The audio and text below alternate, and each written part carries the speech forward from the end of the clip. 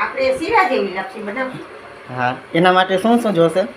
એના માટે જો આ પડકું છે ઘઉંનું, હા એક વાટકી ઘઉંનું પડકું લીધું છે. હા. આ બધી સામગ્રી છે ડાયટની.